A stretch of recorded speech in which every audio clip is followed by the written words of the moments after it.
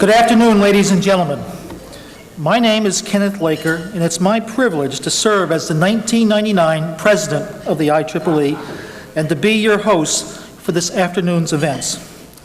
I hope you enjoyed lunch, and now it's time to begin the formal part of our program. I would like to introduce Bruce Eisenstein, who is sharing the podium with me, and Bruce will serve as the 2000 President of the IEEE. Well, thank you, Ken. We have a full agenda this afternoon, so I'll simply add my welcome and tell you that I'm really delighted to be here with you for this very special occasion. This is indeed an exciting time for the IEEE. Our membership is at an all-time high.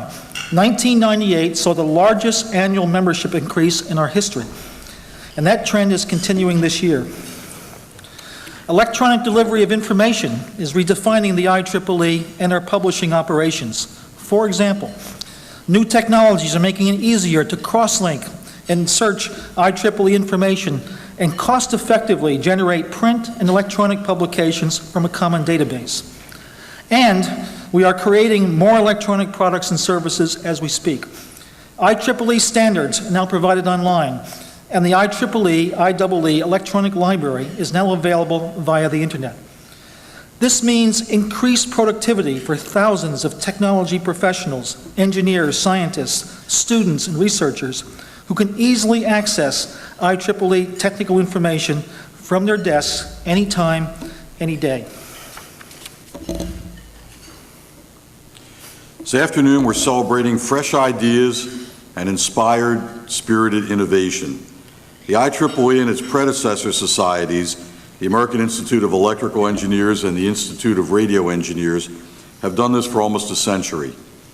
For the last few years, we have also recognized organizations that have advanced electro and information technology and the engineering profession, in addition to recognizing individual achievements.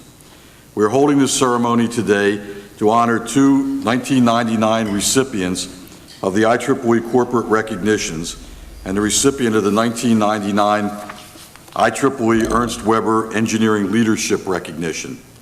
Today's ceremony provides these recipients with peer recognition for contributions to our profession. This recognition also helps increase public awareness of the accomplishments of engineers and helps cultivate an environment of excellence in every phase of engineering. Now I'd like to introduce Dick Nichols, Chair of the IEEE Awards Board. Dick will tell you about the selection process for today's awards recipients. Dick?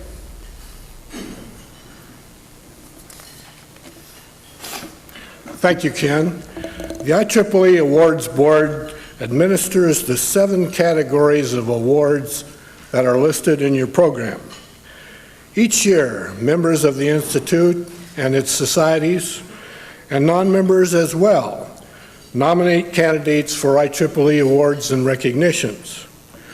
Recipients are determined through a rigorous process that begins with an evaluation of nominations by the selection committee. The committee then submits the recommendations to the awards board for approval, with final approval from the IEEE Board of Directors.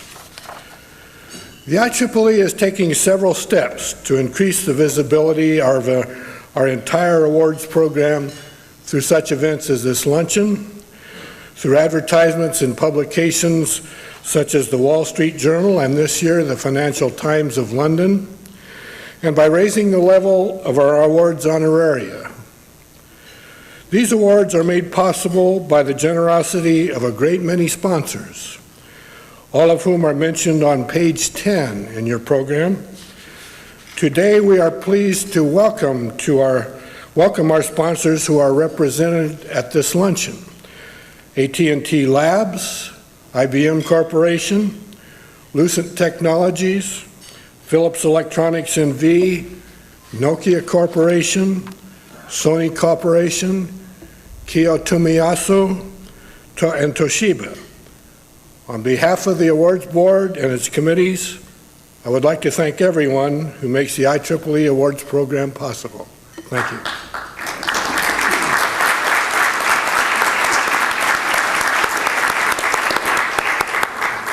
Well, thank you, Dick. By acknowledging the outstanding technological and professional achievements and contributions of individuals and corporations, we believe we help realize the IEEE's vision of a world made better by advances in technology. This vision is exemplified by the accomplishments of the 3 recipients we honor today. They have made contributions of historic proportion that benefit society and our profession and help expand the universe of human knowledge. As part of our celebration, we want to take a few minutes to explore just how human knowledge expands. To do this, we're going to turn to a field that is similar to our own in applying precise mathematics, in building on what went before through inspiration, innovation, and creativity. and in unlocking new ways of thinking. And that field is music. What better place to conduct this exploration than New York City, the home to Tin Pan Alley, Carnegie Hall, Lincoln Center, and Broadway. And who better to lead us in this exploration than a man who is a historic music historian, as well as a composer, arranger, conductor, and pianist. He has conducted or arranged such acclaimed Broadway productions as Bye Bye Birdie and Anything Goes, among others.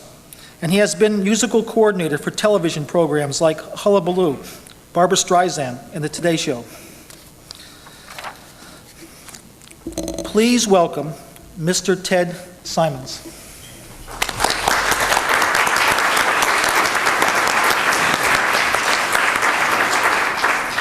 Good afternoon.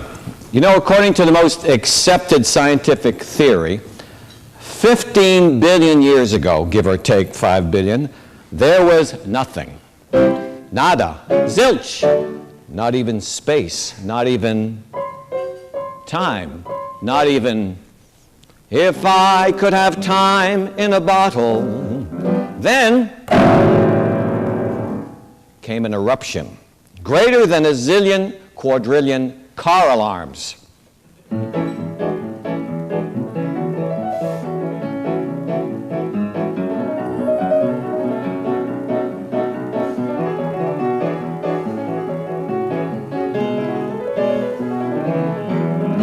The Big Bang.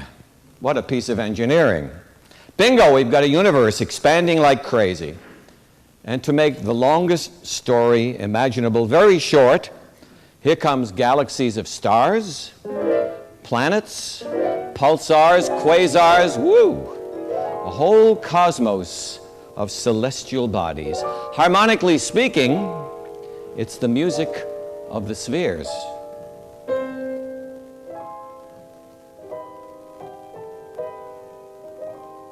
In other words, for a musician like me, all of creation is one continuous, expanding symphony of themes and variations. The cycle consists of creation,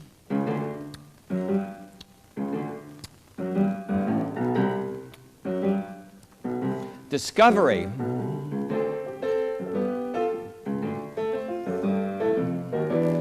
adaptation, application, and new creation.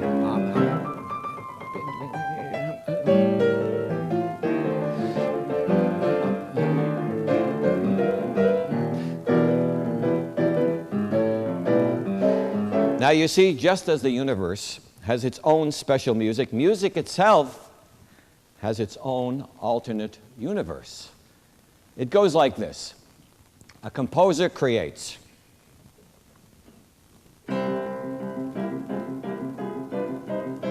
The creation is discovered. Another composer adapts it. He generates a new application. We have new creation. The cycle goes on, building, expanding. Now, I've put it in my language, but in your language, all this musical technology is an ongoing engineering process and re-engineering process from generation to generation. It's a building of bridges to connect what's been done with what's coming next. Now, just like your inspiration can come from anything around you, so can musical inspiration. Jerome Kern, the great melodist and composer of Showboat, woke up one morning hearing a bird singing outside of his window. He got up immediately from his bed, went to the piano, and wrote a song which became an enormous hit. Here's the bird.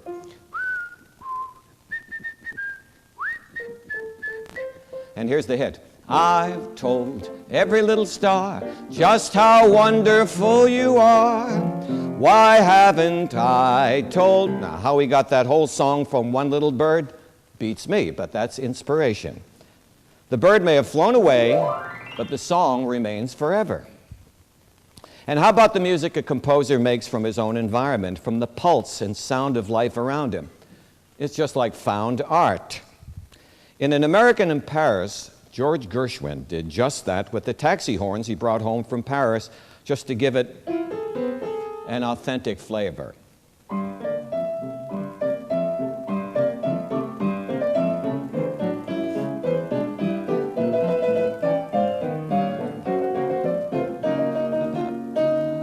Now here the composer discovers, adapts, and applies background noises. He engineers melody with sound effects to create memorable music. Doesn't it make you feel like you're walking down the Champs-Élysées? Ho, ho, ho.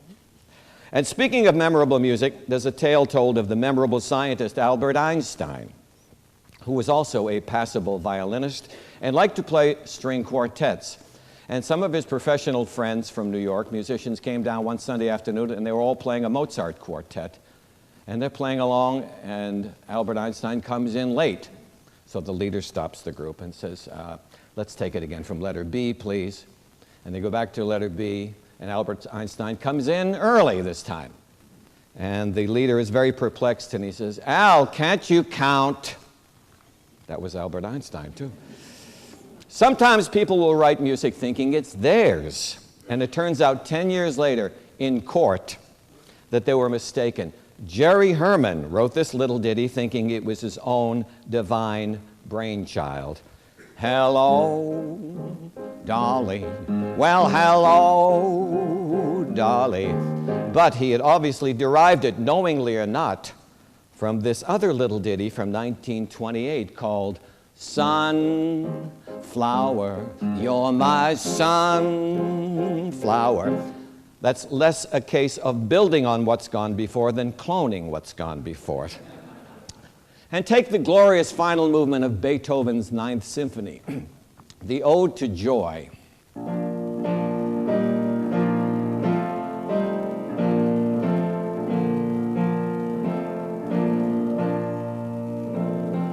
It's very similar in character to the final movement of Brahms' First Symphony.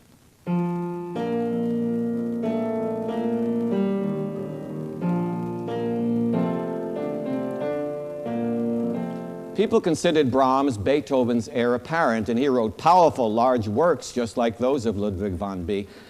In fact, they expected Brahms' First Symphony to be the equivalent of Beethoven's 10th. And Brahms was obviously very conscious of it. Here's another example, Beethoven's Sonata Pathétique.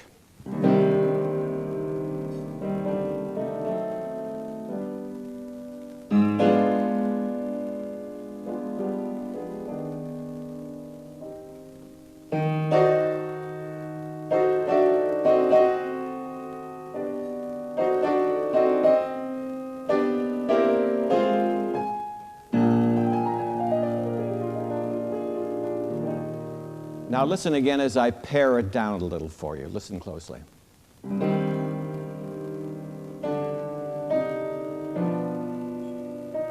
Does that sound familiar at all to you? Richard Rodgers, no lightweight composer who wrote a few musicals you may have heard of, South Pacific, Oklahoma, The King and I, consciously or subconsciously came up with this melody called My Funny Valentine.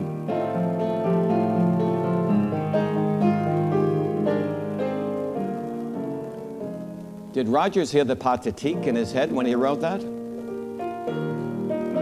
I hear the similarity clear as a bell when I play them both.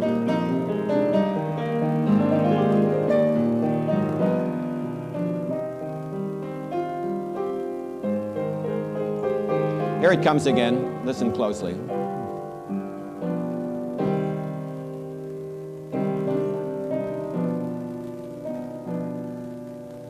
Now, do you know this throbbing theme?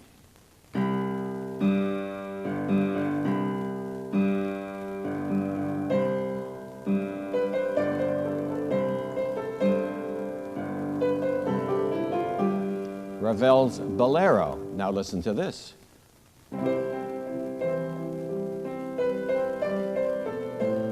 What is it? Memories from Cats. Do you hear any similarity? You bet. There's a romantic theme from Rachmaninoff's Second Symphony, and it's a killer.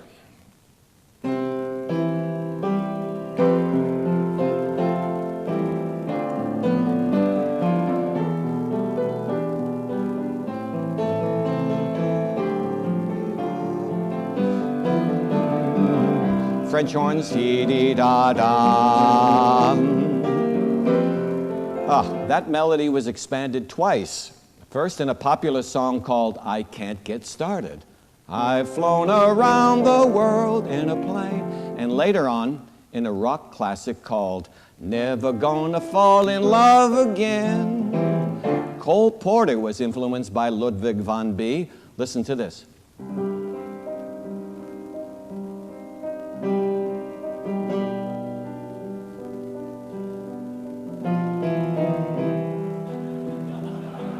You all know Night and Day, good. And even George Harrison of the Beatles wrote a song, My Sweet Lord, which was obviously influenced by an earlier song called He's So Fine. Andrew Lloyd Webber calls this the music of the night.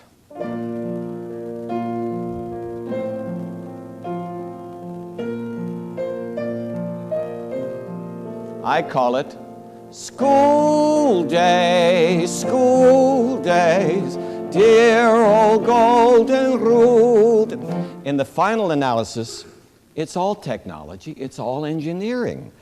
These themes and variations, this cycle of creation, this building of bridges from old to new, all adds up to the engineering of ever new and ever expanding achievement. And achievement is what we're here to honor today. It's your own Big Bang, your own music of the spheres.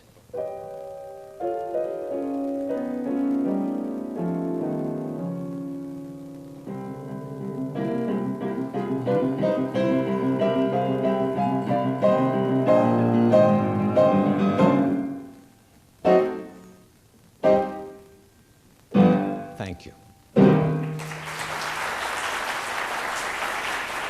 Thank you. Thank you very much.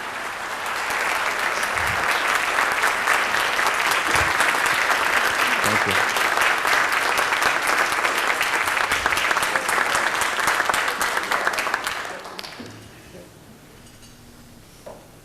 Thank you, Ted, for a delightful and informative presentation. I'll bet you didn't know those things, did you? You've demonstrated that innovation leads to new pathways that were unseen before, and that describes the achievement of our first award recipient today. The IEEE Ernst Weber Engineering Leadership Recognition is granted for exceptional managerial leadership in fields that are of interest to the IEEE. The award honors Ernst Weber, the first IEEE president. This year's recipient is being honored for his leadership in bringing about seminal advances in the growth and control of silicon and silicon germanium heterostructures, enabling the emergence of new technological applications. He is Bernard Meyerson, an IBM Fellow and Director of Telecommunication Technologies at IBM in Yorktown Heights, New York. His exceptional technical and managerial leadership has driven one of the most significant innovations in microelectronics of the last quarter century. A decade ago, silicon bipolar integrated circuit technology was reaching its growth limit. Bernie Meyerson's development and promotion of silicon germanium heterostructures was the fundamental breakthrough that allowed his technology to be delivered in high volume at low cost. The work of his group at IBM opened a whole new realm of high-speed microelectronic circuit performance. Even after Bernie published his work, it took 5 more years before another group was able to duplicate it, even though well-founded efforts on 3 continents were trying hard to do so. They simply did not share Bernie's ability to think non-traditionally. Beyond his pure technical leadership, Bernie was a powerful visionary and is single-handedly making the field what it is today. The results of his work are now emerging commercially in the form of high-speed wireless communications, high-performance voice and data networking systems. They will have profound impact on the future of semiconductor technology.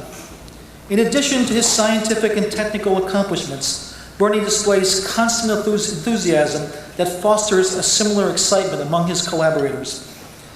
He always was willing to bet his personal reputation and all his energy to ensure the success of his projects. As one colleague said of him, and I quote, "Although a lot of people at IBM contributed, Bernie provided the key engineering leadership, giving the team the direction, technical insight, perseverance necessary for success. End of quote. I am pleased to present to you the recipient of the 1999 IEEE Ernst Weber Engineering Leadership Recognition, Dr. Bernard Meyerson.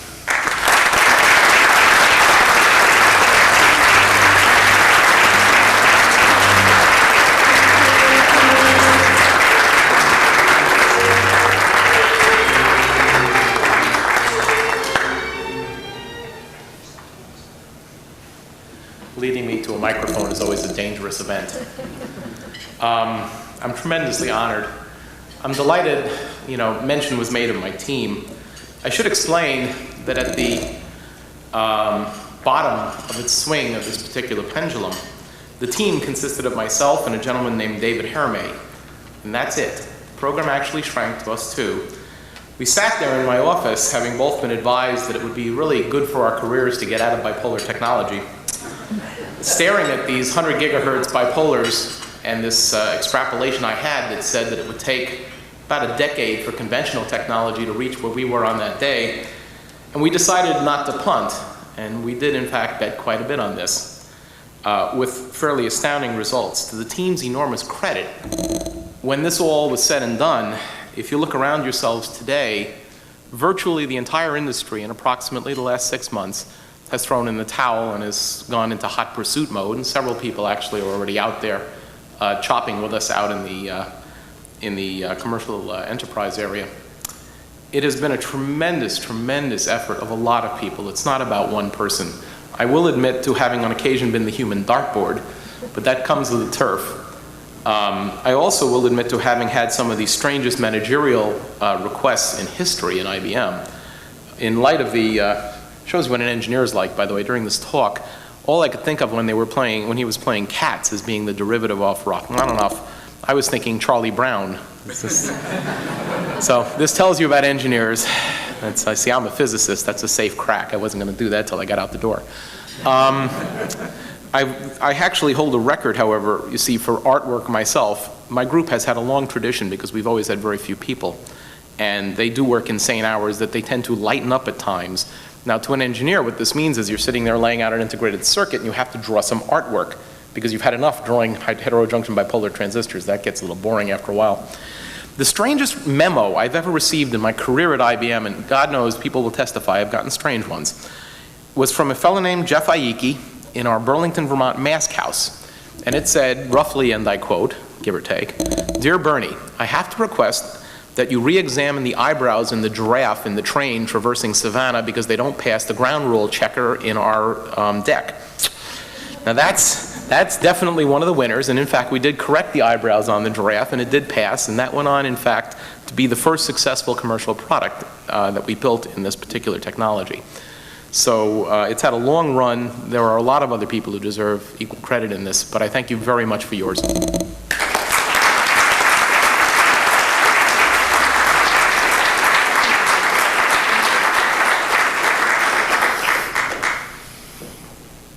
Thank you, Bernie.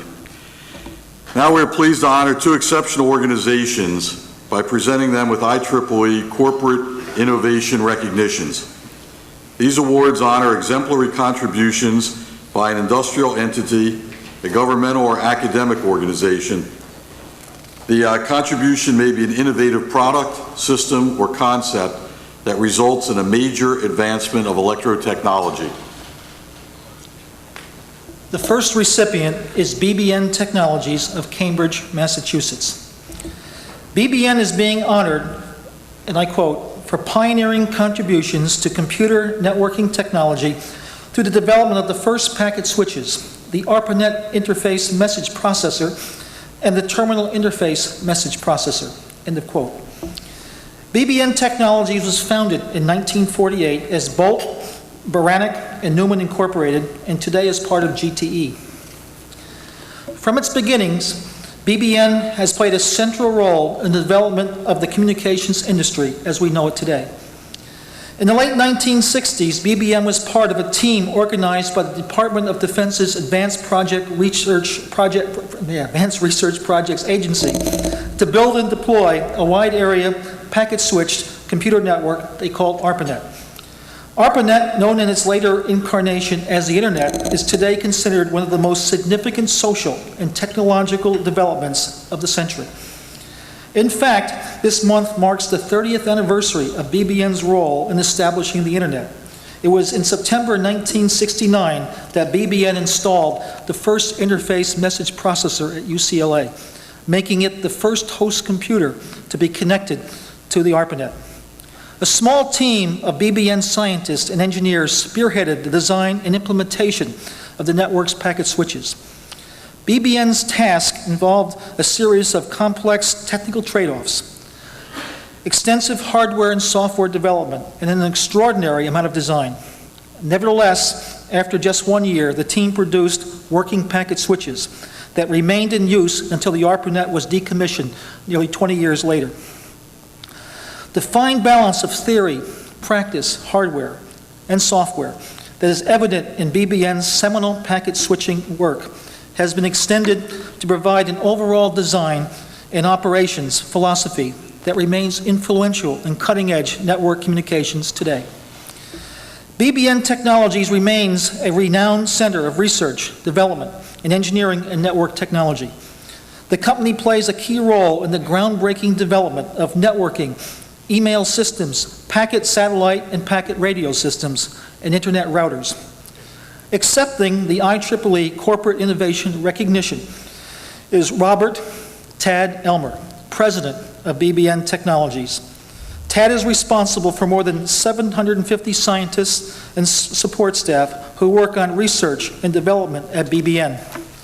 He joined BBN Technologies 20 years ago, where he researched underwater simulation and complex real-time computer systems.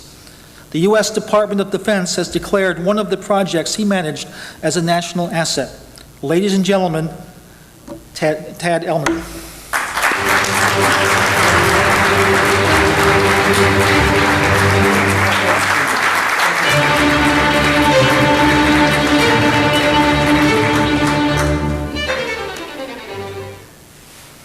Thank you very much. It is a great honor for BBN, and I say this on behalf of all of my colleagues there, an honor and privilege, and we are also very proud to be receiving this award. One definition of engineering innovation could be that set of processes involved in taking something that is a concept and reducing that to a working system. What Ken just talked about was exactly that process. Our role in the seminal part of the ARPANET was in doing just that thing. There are two people here from that period that I'd like to especially acknowledge. One is Dr. Leo Baranek, who is the co-founder of the company. Doctor?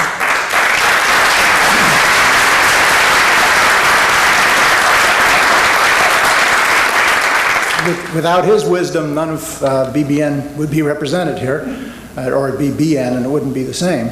And also Dave Walden at the table.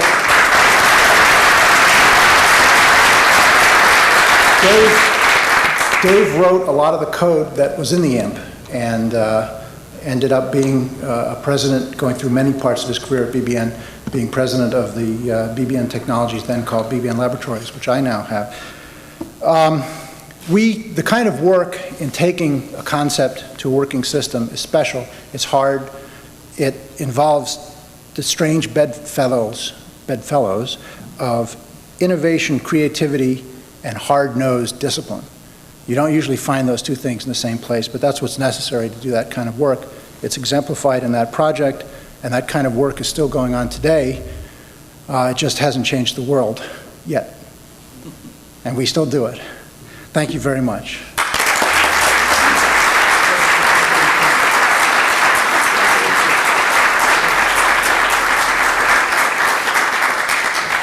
Thank you very much. We are presenting the second 1999 IEEE Corporate Innovation Recognitions Award to the Nokia Corporation of Finland. It is awarded to Nokia for creation of a new class of integrated communication devices as exemplified by the Nokia 9000 communicator and for leadership in the development of cellular network systems. 10 years ago, Nokia was a small company in Finland that wasn't widely known. But the technology they developed and brought to market in the Nokia 9000 communicator spurred the formation of an entire category of complex, all-in-one mobile media tools. Thanks to this innovative cellular data technology, the little company of a decade ago is today the world's leading mobile phone manufacturer and a global leader in the cellular communications market. With its commercial introduction 3 years ago, the Nokia 9000 communicator marked the first serious step toward truly personal communication. And what is now a highly competitive market, it has led to convergence of wireless communication and the internet. The 9000 communicator looks like a cellular phone and works like one, but it also is a pocket fax machine and a palm-sized link to the internet and to email messages. It connects to the computers and printers via infrared technologies, and it transmits digital pictures, and it keeps calendars, all in a single, small-sized, and easy-to-use portable unit. The key to this pioneering technology was the multi-chip module, which Nokia has exploited to the fullest in this device. The 9000 is an excellent example of engineering leadership and innovation taking place at Nokia's 44 research and development centers in 12 countries. Today, Nokia is a market leader in the mobile data infrastructure, a prime supplier of telecommunications networks that operate on the European Mobile Communications Standard, and a pioneer of fixed and mobile data communications networks based on internet technologies. The company is a paradigm of engineering innovation, technical excellence, and intellectual enthusiasm, and the IEEE is proud to acknowledge and applaud the 45,000 men and women at Nokia, accepting the IEEE Corporate Innovation Recognition on their behalf is Olli Kolisvuo. Olli is a former chairman of the Helsinki Stock Exchange. He is the chief financial officer of Nokia Worldwide and a member of the executive board of the Nokia Group. He is responsible for the Nokia's global financial operations. Please welcome Mr. Olli Kolisvuo.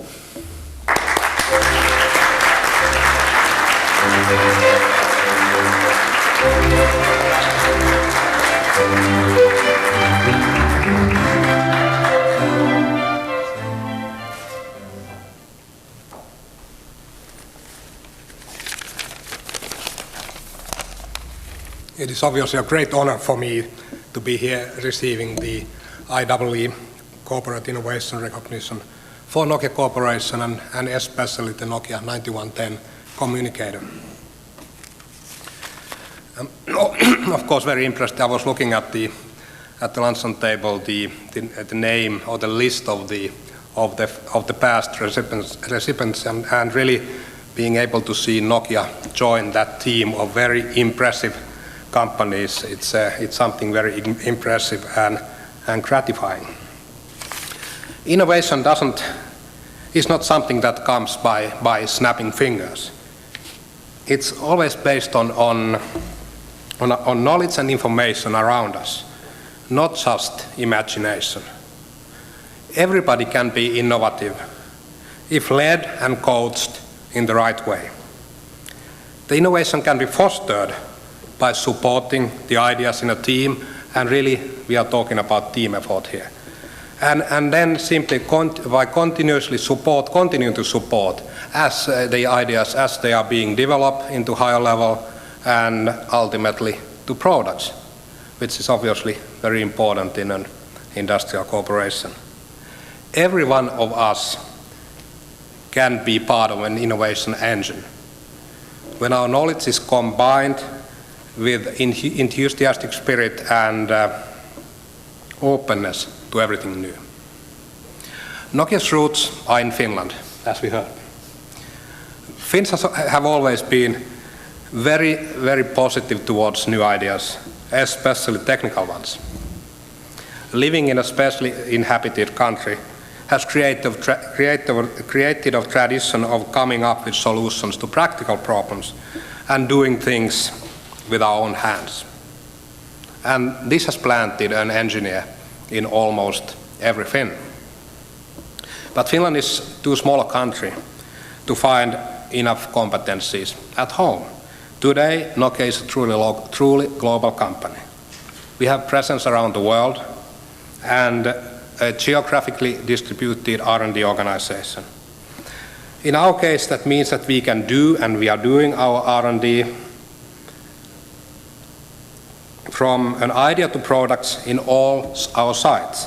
And this is helping us to gather and share the best of the latest knowledge from around the world, and combining this by learning cross-border and cross-organizationally within different parts of Nokia. On behalf of Nokia, I simply want to thank you all and for this very special award, and thank you for each being here this afternoon. Thank you.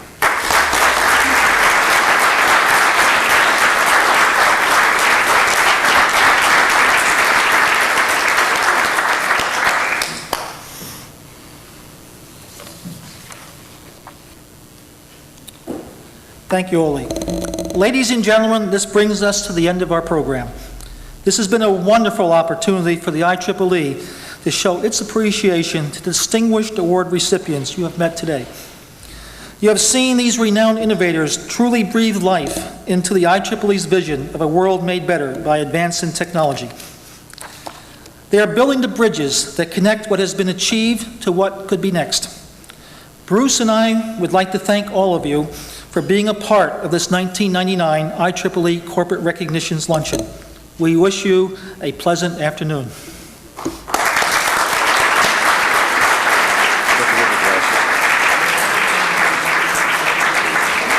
From that before.